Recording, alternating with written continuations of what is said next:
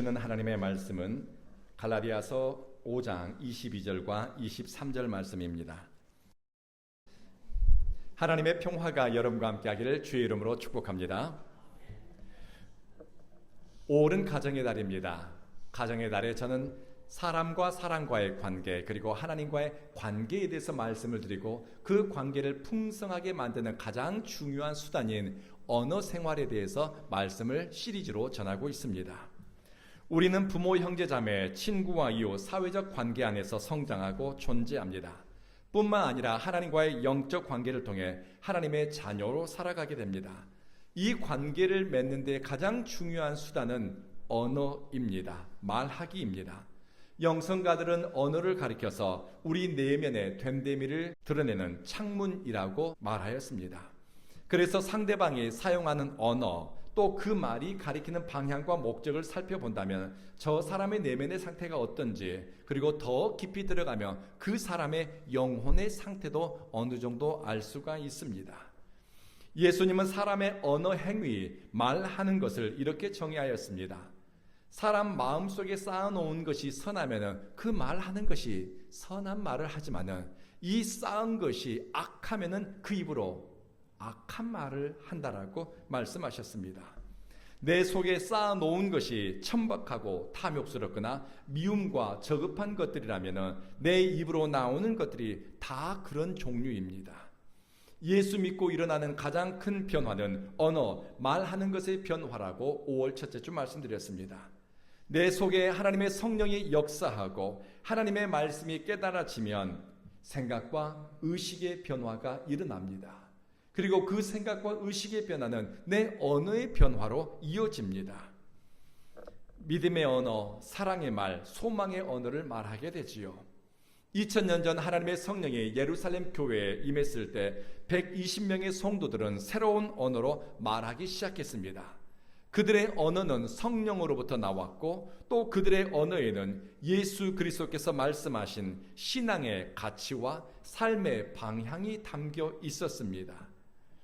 오늘날에도 예수님의 다스림과 인도함을 받는 사람은 마치 아기가 엄마, 아빠 그리고 더 많은 언어를 배워가는 것처럼 새로운 성령의 언어, 믿음의 언어, 참된 언어를 배워가게 됩니다. 성령 안에서의 배움은 세상에서의 학벌이나 가방끈을 의미하지 않습니다. 성령 안에서의 배움은 겸손히 자기를 내려놓음과 온전한 순종, 그리고 하나님의 전적인 다스림에 나를 맡기는 의루의 신뢰 속에서 일어납니다. 며칠 전 89세 되신 제 선배 목사님의 부친께서 돌아가셨습니다. 선배 목사님의 부친은 가난한 시골 농부였습니다. 자식들의 증언에 따르면 그분은 배움이 길지 않았지만 하나님의 말씀을 온전히 신뢰했고 하나님의 말씀대로 살기 위해서 혼신의 힘을 다했다라고 합니다. 남이 이야기한 것이 아니라 자식들이 이야기한 겁니다.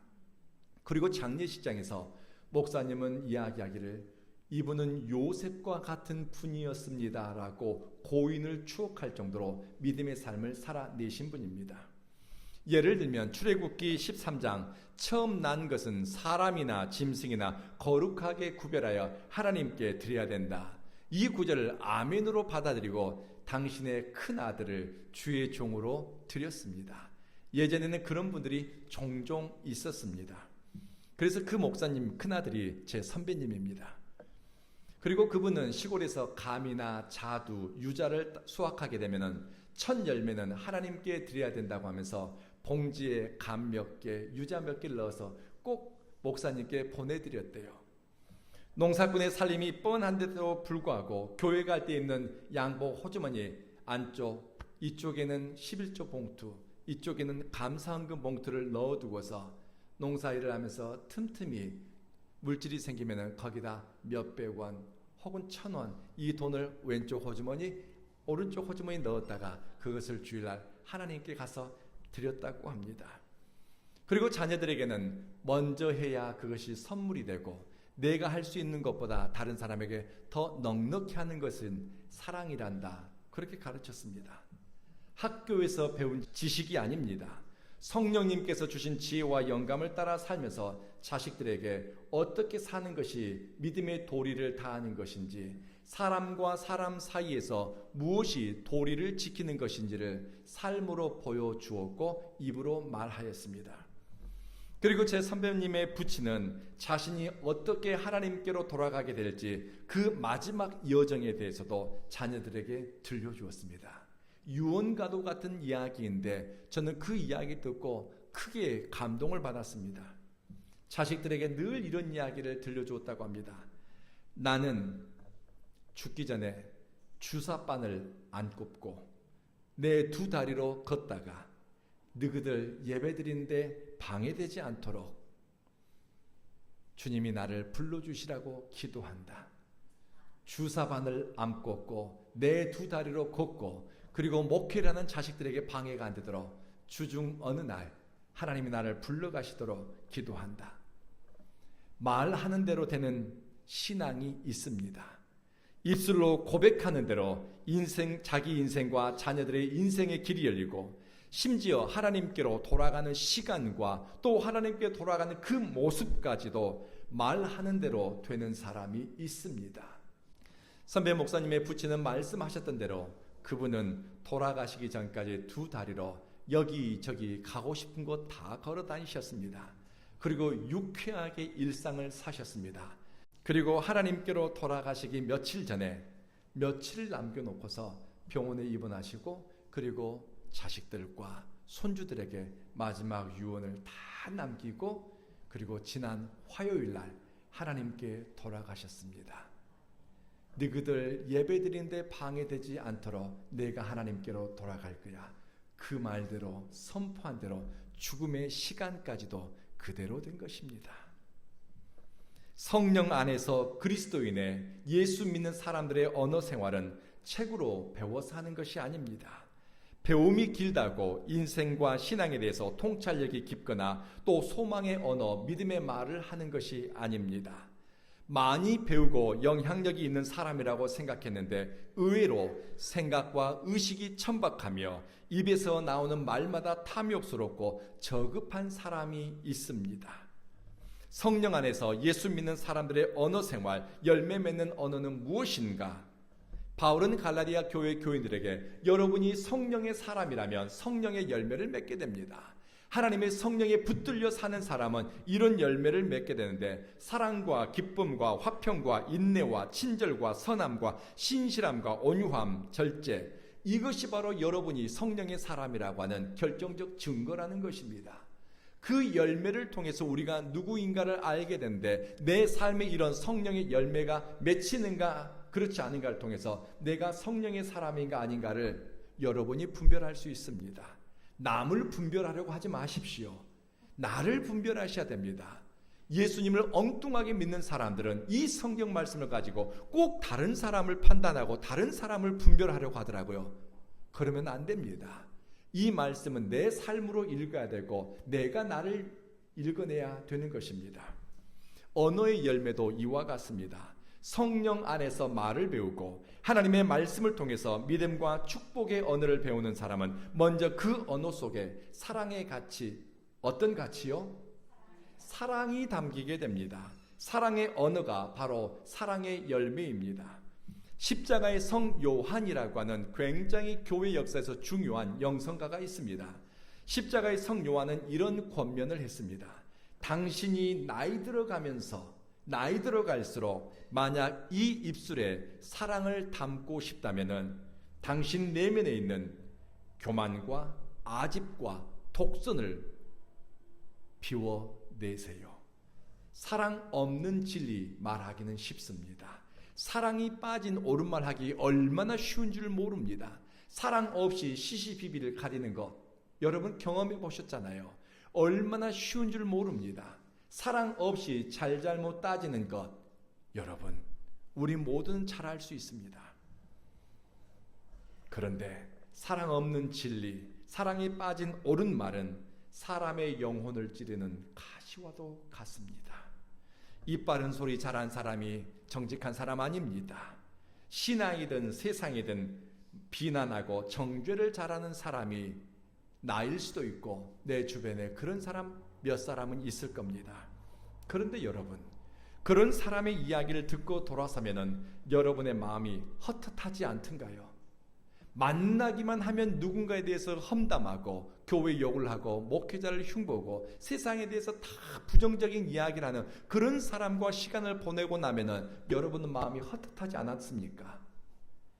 한국 교회에 대해서 신랄하게 비판하고 아무개에 대해서 목회자에 대해서 비난한 사람의 이야기를 듣고 돌아서면 여러분 마음속에 신심이 끓어오르고 예수님을 더 사랑하고 싶은 그런 마음이 들던가요? 제 경험에 비춰보면 그렇지 않습니다. 오히려 그런 사람을 만나고 돌아서게 되면 내가 시간을 허비했구나, 내 금쪽 같은 시간을 내가 헛되이 보냈구나, 머리가 아픕니다. 교회와 신앙에 대해서 의문을 갖게 되고 사랑과 신뢰의 마음이 흐물흐물해집니다. 사랑 없는 옳은 말은 사람의 영혼을 해치기 쉽습니다. 그래서 여러분, 우리는 위대한 일 하겠다라고 힘쓰기보다는 내 곁에 있는 사람에게 사랑의 말 한마디 전하기 위해서 말을 다듬고 언어를 선택하는 것이 우리 삶을, 우리 인생을 위대하게 만드는 줄로 믿습니다. 그리고 성령 안에서의 언어 생활은 기쁨을 전합니다. 기쁨의 언어를 듣게 되면은 심령이 기쁘고 나눌수록 그 사람을 만날수록 내 속에 유쾌함이 들어오고 삶에 활력이 돋는 것을 느끼게 됩니다. 왜냐하면 기쁨의 언어, 기쁨의 말은 바로 기쁨의 열매이고 여러분이 누리게 될 즐거움의 실체입니다. 하나님 나라는 의와 평강과 희락, 하나님 나라는 기쁨의 나라라고 말씀하고 있습니다. 그래서 하나님 나라를 맛본 사람은 그 언어 속에 희락, 기쁨, 즐거움이 담기게 됩니다. 제가 인도에서 한인교회 목회를 할 때였습니다. 예배를 마치면 성도님들이 모여서 2시간, 때로는 3시간씩 모여서 이야기를 나눴습니다. 신앙에 대해 이야기를 나누고 삶에 대해서 이야기를 나누고 자신이 경험한 하나님의 은혜에 대해서 삶을 나누었습니다. 그리고 인도 문화와 기도 제목, 또 다양한 주제로 이야기를 나누는데 그 2시간, 3시간이 얼마나 풍성하고 유쾌했는지 모릅니다. 어느 날 지인을 따라서 평생 교회를 처음 나와봤다고 하는 한 사람이 저희 교회로 오게 되었습니다. 예배를 드리고 나서 3시간 동안 이야기를 하는데 그분이 교회를 떠나면서 저에게 이런 말을 남겼습니다. 목사님, 제 평생에 술 한 잔 안 마시고 맨정신으로 3시간씩 이야기하는 사람 처음 봤습니다. 대화 속에 성령의 임재를 구하고 사용하는 말이 덕스럽고 은혜를 쫓아가며 사랑의 마음을 담아낸다면 이 언어 소통과 교제 속에 기쁨이 있습니다. 그리고 나와 함께하는 그 사람이 얼마나 소중한지 모릅니다. 성령 안에서의 대화는 사람의 감정과 육체를 소모시키는 것이 아니라 살아나게 하고 회복시키는 힘이 있는 줄로 믿습니다. 그래서 우리의 언어에는 또는 여러분이 굉장히 디프레스 됐거나 힘들 때 여러분의 언어를 조금만 한 톤을 올려서 이야기하는 것도 좋겠습니다. 그리고 성령 안에서의 언어 생활은 평화, 화목함의 언어를 사용하는 것입니다. 화평의 언어, 화목함을 이루는 말은 평화의 열매입니다. 우리 주님은 평화의 왕으로 오셨습니다. 예수님은 평화의 왕으로 오셨기 때문에 우리의 삶이 예수님의 다스림을 받고 있다라고 한다면 여러분의 삶이 평화의 왕이신 예수님과 온전히 연결되어 있다라고 한다면 여러분의 언어와 여러분의 표정과 여러분의 삶에는 평화가 있을 것입니다. 잠언 16장에서 이렇게 말씀합니다. 패역한 자는 다툼을 일으키고 말쟁이는 친한 친구를 이간질시킨다. 패역한 자가 어떤 사람인가? 퍼버스한, 비뚤어지고 왜곡되어지고 고집세고 지 멋대로인 그런 입술을 가진 사람을 패역한 자라고 성경은 부릅니다.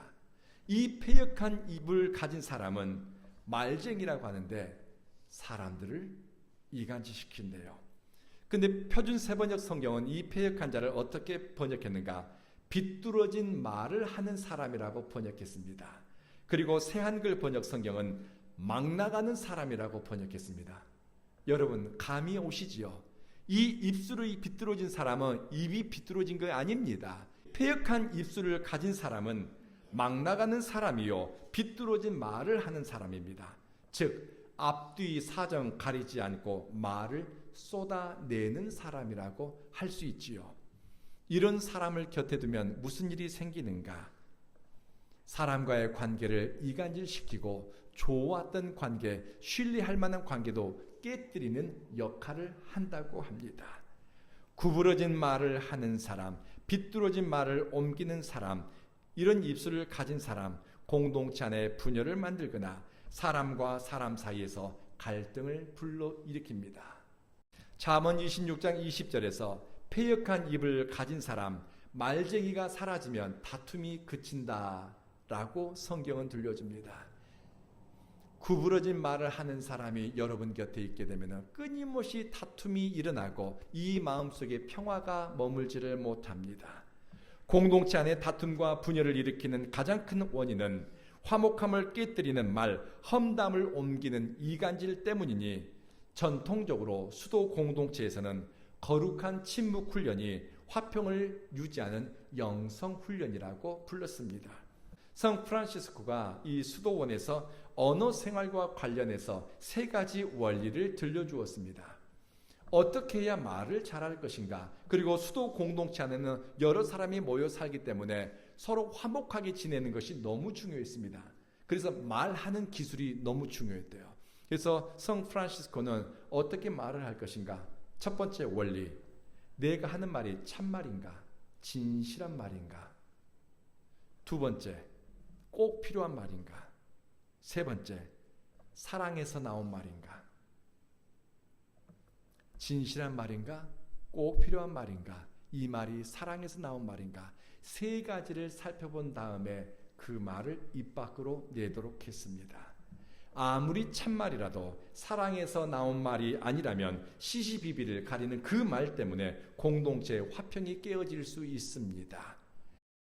여러분, 사랑의 말인 것 같아도 진실함이 빠져 있으면 아첨이 되어 공동체 안의 신뢰를 위협할 수도 있습니다. 그리고 성령 안에서 사용하는 우리의 언어는 인내와 오래 참음, 견뎌냄의 덕이 있는 언어여야 합니다. 절제된 언어는 오래 참음의 열매입니다. 성경은 듣기는 속히 하고 말하거나 분을 내는 것, 감정을 표현하는 것은 더디하고 천천히 하라고 당부합니다. 듣기는 어떻게 하라고요? 속히 하고, 듣는 것은 속히 하고, 말하거나 감정을 표현하는 것, 노하는 것은 어떻게 하라고요? 더디하고 천천히 하래요. 잠언 29장에서 이런 이야기를 합니다. 조급한 말을 하는 사람은 미련한 사람보다 더 희망이 없는 인간이다. 조급하게 말을 하는 사람은 미련한 사람보다 더 희망이 없대요. 미련한 사람이 자기의 어리석음을 깨달아 좋은 스승을 만나고 하나님의 말씀을 깨달아 안다면 그의 미련함은 벗겨지게 될 것입니다. 그런데 말하는 것이 조급하고 감정 표현이 조급한 사람은 어지간해서는 이 습관을 고치기가 어렵다는 것입니다. 입이 조급한 사람은 감정 조절 없이, 말의 절제 없이 배우자나 자녀에게 그리고 사람들에게 아무 말이나 표현하고 표출합니다. 이런 사람들을 기분파라고 해야 될지 즉흥적이라고 해야 될지 욱하는 기질이나 충동적 성격을 가진 사람이라고 해야 될지 모르겠습니다. 정직한 자기 표현이라고 생각할 수도 있지요. 또 자신이 그럴 만한 위치에 있다라고 하게 되면 내 아이와 내 배우자에게 혹은 나보다 연소한 사람이나 나보다 더 직급에서 아래인 사람에게 함부로 말을 하고 감정 표현을 쏟아내는 사람들이 있습니다. 또 그렇게 해도 된다라고 여기는 사람은 무례한 사람입니다. 무례한 언어 생활, 절제가 없는 언어 표현의 이면에는 영적 교만이 있습니다. 성경은 이렇게 들려줍니다. 눈이 높은 것과 마음이 교만한 것과 악인이 형통하는 것은 다 죄니라. 눈이 높은 거, 내가 뭐가 된 듯이 내려다보고 looking down 하는 거, 깔보고 내려다보는 거, 그 눈은 하나님이 미워하는 죄된 눈이래요. 마음이 교만한 것, 하나님이 미워하는 죄된 모습입니다. 너무 영적으로 느슨한 태도와 분별이나 필터링 없이 무질서한 생각과 의식이 언어를 통해서 표현되는 것, 이것은 성숙한 모습이 아닙니다. 영성가들은 절제의 덕을 키우려고 할 때 가장 먼저 해야 할 일은 말을 아끼고 불필요한 언어를 걸러내는 것이라고 합니다. 불필요한 말들을 덜어내고 잘라내는 것, 이 과정이 의외로 힘이 듭니다.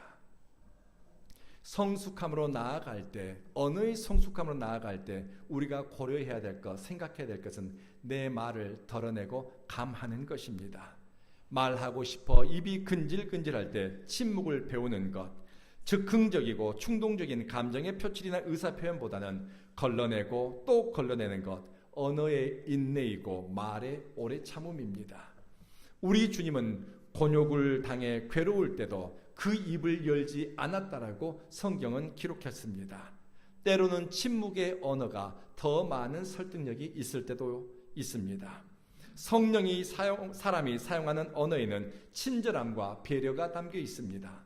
어떤 사람은 친절한 말을 닭살 돋는다고 하거나 타인을 향한 따뜻한 배려를 낯간지럽다라고 말하는 사람도 있습니다. 배려와 친절을 받아보지 못한 사람입니다. 구약 성경에 친절이라고 하는 의미를 가진 단어는 헤세드입니다. 이 헤세드는 인애, 자비, 긍휼 혹은 진실한 호의라고 하는 말로 번역할 수도 있습니다. 그리고 친절이라고 하는 말로도 헤세드를 번역합니다. 헤세드는 무엇인가? 하나님이 사람을 대하는 가장 아름답고 적극적인 사랑의 표현이 친절입니다. 자비입니다. 성령 안에 거하는 사람은 친절한 말 한마디 건네기 위해서 속으로 안녕하세요, 감사합니다, 고맙습니다, 죄송합니다, 이 안으로 수없이 연습합니다. 하나님은 우리를 무례하게 대하지 않습니다. 하나님은 우리 인생을 함부로 다루지도 않습니다. 그래서 하나님을 알아가면 알아갈수록 정중함과 배려, 품위가 태도와 입술과 언어에 배이게 됩니다. 자녀에게 건네는 말 한마디, 배우자에게 건네는 그 말 한마디에도 품위와 진실, 격조를 갖추게 됩니다. 왜요? 우리 주님이 우리를 함부로 무례한 방식으로 대하지 않기 때문입니다. 하나님의 헤세드를 알아갈수록 우리 입술과 태도에 하나님의 헤세드, 친절과 긍휼과 자비와 친절한 호의가 담기게 됩니다. 그리고 성령 안에서 훈련된 사람이 사용하는 말과 표현은 온유하고 겸손합니다. 저는 이 온유함이라고 하는 단어를 이 헬라어 사전을 찾아보았습니다. 재미난 의미를 가지고 있더라고요. 헬라어 단어에서 온유함이라고 번역된 이 단어는 고대 헬라 사회에서는 길들여진 야생 말을 가리킬 때 온유함이라고 하는 이 단어를 똑같이 사용했대요. 감이 잡히시지요? 거칠고 힘이 있는 저 초원을 질주하는 그 야생마일지라도 주인의 손에서 길들여지고 훈련되고 통제되고 절제되는 것, 바로 그 길들여짐, 통제됨, 훈련된 것이 온유함이라는 의미입니다. 그래서 길들여진 야생마, 이것이 온유함입니다. 우리의 혀가 야생마처럼 힘이 있습니다. 그래서 누군가에게 격려하거나 힘을 주고 응원이 되는 말을 할 수 있습니다. 반면에 우리의 말이 누군가를 절망시키고 말 한마디로 저 사람의 평화를 깨뜨릴 수도 있습니다. 오늘 들었던 말 한마디 때문에 저 사람의 얼굴 표정 때문에 오늘 밤 잠 못 드는 경우도 있습니다. 여러분 경험해 보셨잖아요. 말 한마디가 누군가의 삶을 일으켜 세울 수도 있지만 누군가의 삶을 지옥과도 같은 고통 속에 살게 할 수도 있습니다. 이렇게 힘을 가진 언어가 성령 안에서 훈련되고 다듬어진 흔적이 언어의 온유함입니다. 다윗은 시편 141편에서 이렇게 고백했습니다. 하나님, 내 입에 파수꾼을 세워주십시오. 하나님, 내 입술에 문을 지켜주십시오. 내 이 입에 파수꾼을 세워주시고 내 입술에 문지기를 세워달라는 것입니다. 지켜달라는 겁니다. 파괴적인 감정과 절제되지 않는 감정이 이 입술을 뚫고서 쏟아지지 않도록 하나님 내 입을 지켜달라는 겁니다. 조급한 선택과 무례한 말이 이 입을 통해서 나오지 않도록 하나님 내 입술에 문을 지켜달라는 것입니다. 하나님이 자신의 입술을 길들이고 단속해 주시기를 다윗은 구하고 또 구했습니다. 다윗은 언어의 온유함, 길들여진 야생마와 같이 길들여진 언어, 그리고 온유한 언어의 능력을 아는 사람이었습니다. 말씀을 마치겠습니다. 하나님께 올려드리는 기도의 언어가 바뀌면 운명이 바뀝니다.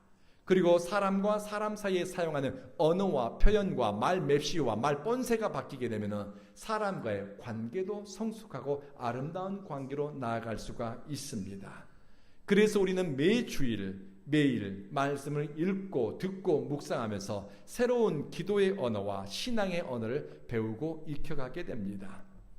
하나님의 성령이 여러분이 새 말을 배우겠다고 뜻을 세운다면 새로운 언어로 하나님과 소통하고 새로운 언어, 사랑의 언어로 사람들과 소통하고 말하겠다라고 뜻을 세우는 그 순간부터 성령님이 여러분을 도우시고 여러분의 입을 지키시고 입술의 문을 보호할 줄로 믿습니다. 사랑하는 성도 여러분, 여러분의 언어는 여러분의 영혼이 맺는 열매입니다. 기도하겠습니다. 자비하신 주님, 사랑 없는 진리와 훈계를 경계하게 하소서. 섣부른 판단과 사랑 없는 배려 없는 무례한 말로 누군가를 정죄하거나 이간질하지 않게 하소서. 덕을 세우고 내 곁에 있는 사람의 마음을 위로하며 누군가에게 격려가 되고 힘이 되는 말을 일상의 언어로 사용하기 원합니다. 성령의 열매가 우리 언어의 열매로 나타나게 하소서. 지금까지 익숙한 대로 말하기보다는 뜻을 세워 선하고 아름다운 말, 덕을 세우는 말을 한마디, 한 단어 날마다 배우고 입술로 익혀가게 하소서. 사랑의 말을 하고 싶습니다. 화목함을 이루고 화평케 하는 평화의 언어를 사용하고 싶습니다. 우리의 언어와 감정이 절제되고 훈련되어 덕스럽고 온유한 방식으로 표현하게 하소서. 우리 구주 예수님 이름으로 기도드립니다. 아멘.